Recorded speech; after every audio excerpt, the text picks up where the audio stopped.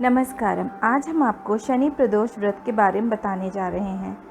शनि प्रदोष व्रत भगवान भोलेनाथ के लिए किया जाता है। इस दिन सुबह उठ के भगवान भोलेनाथ का पूजन करके और व्रत रखा जाता है और सायंकाल में जब सूरज डूबने वाला हो, पूरी तरह डूबा हुआ ना हो, तभी पूजा की जाती है भगवान शिव की।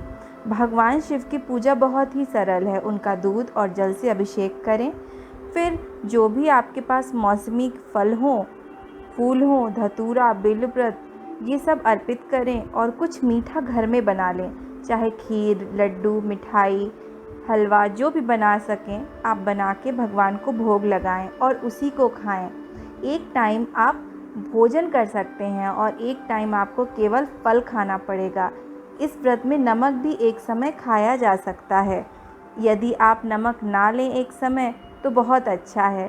अगर आपकी तबीयत खराब हो जाती है नमक नहीं लेने से, तो आप एक समय नमक ले सकते हैं।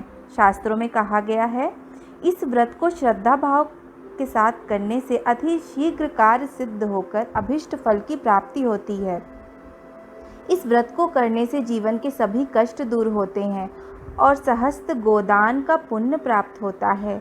प्रदोष व्रत करने से शिव जी की विशेष कृपा प्राप्त होती है। वैसे तो सभी प्रदोष व्रत फलदायी और शुभ हैं, पर हर प्रदोष व्रत का वार हिसाब से अलग फल होता है। आज हम केवल शनि प्रदोष व्रत की ही बात कर रहे हैं।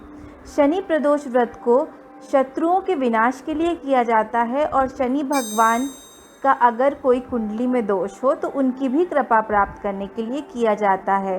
प्रदोष कभी भी पड़ सकता है, किसी भी दिन, सोमवार, मंगलवार, बुधवार, गुरुवार, शुक्रवार, शनिवार और रविवार। लेकिन आज हम आपको शनि प्रदोष व्रत की कथा सुनाने जा रहे हैं। जब आप सायंकाल में भगवान शिव की पूजा करें, उसी समय ये कथा भी वहीं पे पढ़ें। शनि प्रदोष व्रत कथा ऐसी है कि स्कंद पुराण के अनुसार प्राचीन काल में एक विधवा ब्राह्मणी अपने पुत्र को लेकर भिक्षा लेने जाती थी और संध्या को लौटती थी। एक दिन जब वह भिक्षा लेकर लौट रही थी तो उसे नदी के किनारे एक सुंदर बालक दिखाई दिया जो विदर्भ देश का राजकुमार धर्मगुप्त था। शत्रुओं ने उसके पिता को मारकर उसका राज्य हड़प लिया था। उसकी माता को व्याघ्र खा गया था और ब्राह्मणी ने उस बालक को अपना लिया और उसका पालन पोषण किया। कुछ समय पश्चात ब्राह्मणी दोनों बालकों के साथ देवयोग से देव मंदिर गई। वहाँ उसकी भेंट ऋषि शांडिल्य से हुई। ऋषि शांडिल्य ने ब्राह्मणी को बताया कि जो बालक उसे मिला है वह विदर्भ देश का राजा का पुत्र है जो युद्ध में मारे गए और उनकी माता को ग्राह ने अपना भोजन बना लिया। ऋषि शांडिल्य ने ब्राह्मणी को प्रदोष व्रत करने की सलाह दी। ऋषि की आज्ञा से दोनों बालकों ने भी प्रदोष व्रत करना शुरू कर दिया। एक दिन दोनों बालक वन में घूम रहे थे, तभी उन्हें कुछ गंधर्व कन्याएं नजर आईं।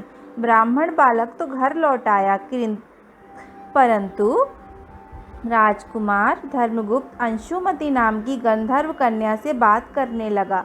गंधर्व कन्या और राजकुमार एक दूसरे पे मोहित हो गए।